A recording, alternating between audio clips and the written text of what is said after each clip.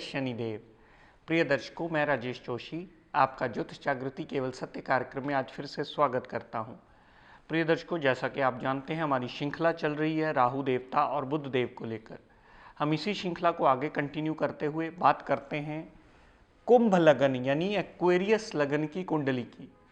प्रिय दर्शकों, कुंभ लगन में शनिदेव जो इस कुंडली के लग्नेश हैं, इन्होंने बुध देव को क्या दिया? कुंभ लगन में बुध देव को पंचम घर का स्वामी बनाया, mind, memory, will power, love, romance, संतान, इन सब का मालिक बनाया। और बुध देवता को 8वें भाव का मालिक बनाया, ऑब्स्टेकल, टेंशन, डिप्रेशन, एंजाइटी, मृत्यु, इन सब का मालिक बनाया। तो कुंभ लगन की कुंडली में बुध देवता पंचमेश बने यानी 5वें घर के स्वामी बने, और अष्टमेश बने यानी 8वें घर के स्वामी बने।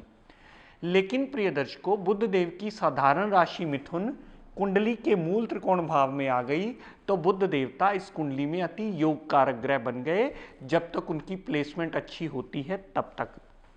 प्रिय दर्शकों, यही राहु देव और बुध देव की युति अगर इस कुंडली में लगन में ही बनी पड़ी हो, मैं पहले से भी बताता आया हूं प्रिय दर्शकों, लगन में बुध देव को दिशा बल मिलता है और त्रिकोणाधिपति होकर त्रिकोण में आ जाते हैं। फिर चाहे प्रिय दर्शकों बुध देव की दशा अंतरदशा चले, चाहे राहु देव की दशा अंतरदशा चले, दोनों ही दशाएं अंतरदशाएं जातक के लिए बहुत ज्यादा शुभ फलकारी होती हैं। जितना अंश मात्र बलाबल राहु देवता या जितना अंश मात्र बलाबल बुध देवता लेकर बैठे होंगे, उतना ही जातक के लिए शुभ फलकारी होंगे।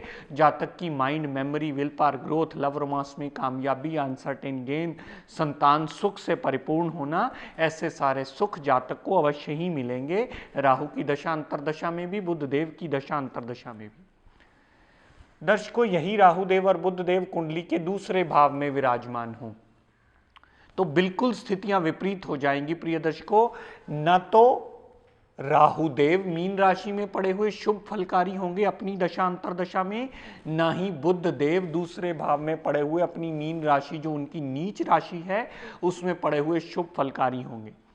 चाहे राहु देव की दशा अंतरदशा चले प्रिय दर्शकों, चाहे बुध देव की दशा अंतरदशा चले, हमेशा ही जातक को कष्ट देती मिलेगी। धन का आगमन नहीं होगा, परिवार की स्थितियां गड़बड़ होंगी, उनमें लड़ाई झगड़ा क्लेश होने का योग बनेगा, और जातक की वाणी भी दिक्कत परेशानी में आकर जातक की वाणी से ही जातक को काफी सारी प्रॉब्लम्स आने का योग राहु देव और बुध देव दूसरे घर में पड़े होने की वजह से बना देंगे। दर्शकों, यही राहु देव और बुध देव कुंडली के तीसरे भाव में विराजमान हुए यानी मेष राशि के। यहां भी न तो राहु देव अच्छा फल देंगे, न ही बुध देव शुभ फलकारी होंगे। दोनों ही ग्रह अपनी दशा अंतरदशा में जातक की मेहनत, हार्डवर्क, खपना, खेचल, ये सारी चीज़ों में, छोटी मोटी यात्राओं में बढ़ोतरी करके बहन भाइयों से भी क्लेश मचवाने का योग बना देंगे। ऐसा जातक का झगड़ा बहन भाइयों से भी होने का, छोटे बहन भाइयों से भी योग बनता है और वो दिक्कत परेशानी वाला ही होता है। तो ऐसे जातक को सर्वदा हिदायत दी जाती है कि अपने आसपास किसी भी विद्वान की मदद लीजिए और ये जानिए कि इनका सही उपाय क्या है ताकि आपका जीवन जीने लायक बने। दर्शकों, यही राहु देव और बुध देव कुंडली के चौथे भाव में विराजमान हो यानी वृषभ राशि के। वृषभ राशि में राहु देव उच्च के माने जाते हैं प्रिय दर्शकों, और बुध देवता त्रिकोणाधिपति होकर केंद्र भाव में आए हैं।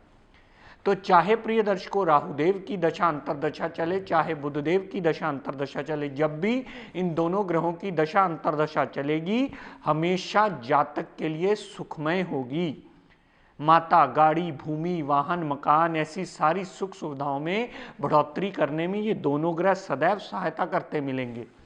यहां से दोनों ग्रहों ने जितनी दृष्टि दशम भाव पर डाली प्रिय दर्शकों, दशम भाव पर डाली हुई दोनों ग्रहों की दृष्टि हमेशा कामकाज के वृद्धि में लाने में, कामकाज की इंप्रूवमेंट देने में, जातक की कर्म गति को अच्छा करने में हमेशा दोनों ही ग्रह सहायता करते मिलेंगे।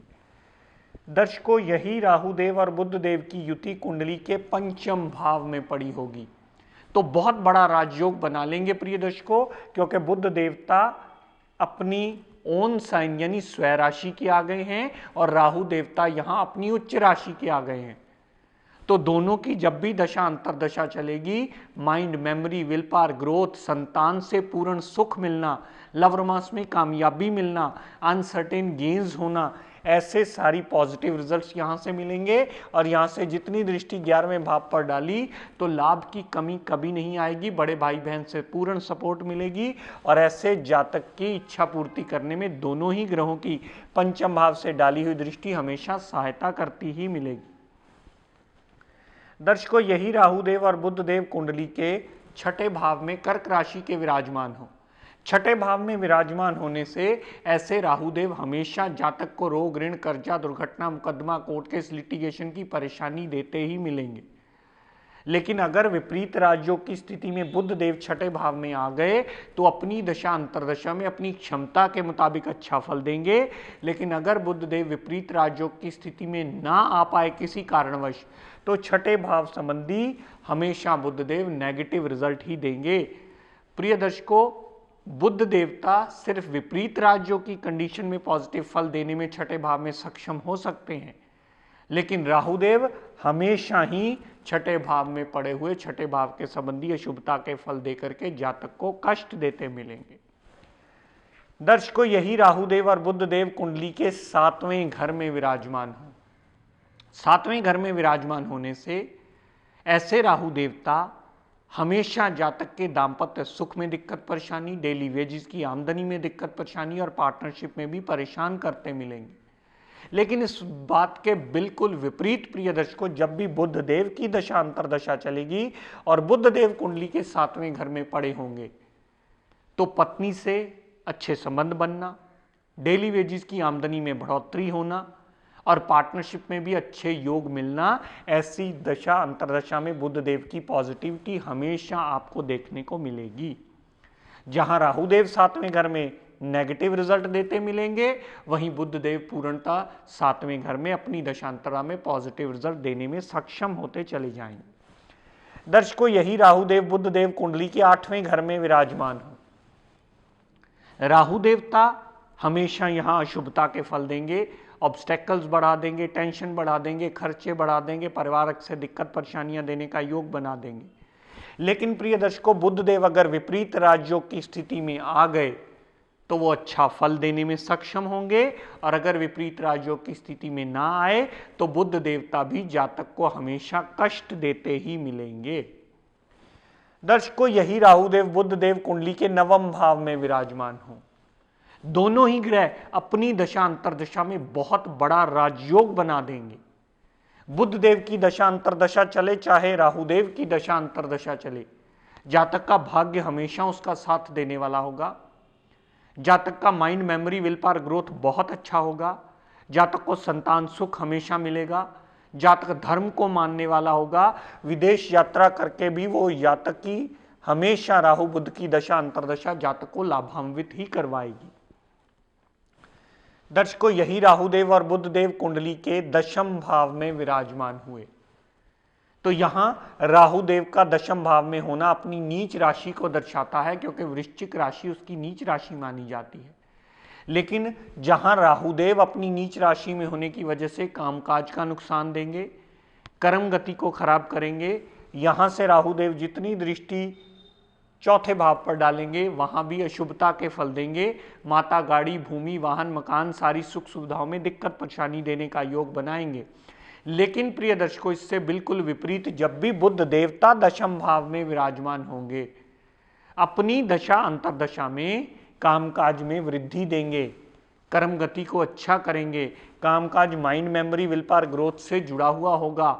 यहां से बुध देव ने जितनी दृष्टि डाली बिल्कुल राहु देवता के विपरीत माता, गाड़ी, भूमि, वाहन, मकान, सारी सुख सुविधाओं में बढ़ोतरी करने में हमेशा सहायता करते ही मिलेंगे। प्रिय दर्शकों, यही राहुदेव और बुधदेव अगर कुंडली के 11वें भाव में विराजमान हुए, 11वें भाव में भी राहु देवता की यहां नीच राशि गिनी जाती है। प्रिय दर्शकों, जहां राहु देवता की दशा अंतरदशा जातक को कष्ट देगी, वहीं बुध देवता की दशा अंतरदशा जातक को लाभान्वित करती ही मिलेगी, क्योंकि बुध देव यहां एक योग कारक ग्रह होकर 11वें भाव में आए हैं और राहु देवता अपनी नीच राशि के आए हैं। प्रिय दर्शकों, राहु देवता हमेशा धन का अभाव रखेंगे। राहु देवता बड़े भाई बहनों से कभी बनने नहीं देंगे। राहु देवता जातक की इच्छा पूरी करने में सदैव दिक्कत परेशानियां देते मिलेंगे। पर प्रिय दर्शकों, इससे बिल्कुल विपरीत जब भी बुध की दशा अंतरदशा चलेगी, धन का आगमन होगा, बड़े भाई बहनों से पूर्ण सपोर्ट मिलेगी। जातक की इच्छा पूरी करने में यही बुध देवता अपनी क्षमता के मुताबिक हमेशा जातक की सहायता करते मिलेंगे। दर्शकों, यही राहुदेव और बुध देवता अगर कुंडली के 12वें भाव में विराजमान हुए, 12वें भाव में अगर बुध देव विपरीत राजयोग की स्थिति में आ गए तो अपनी दशा अंतरदशा में अच्छा फल देते अवश्य ही मिलेंगे।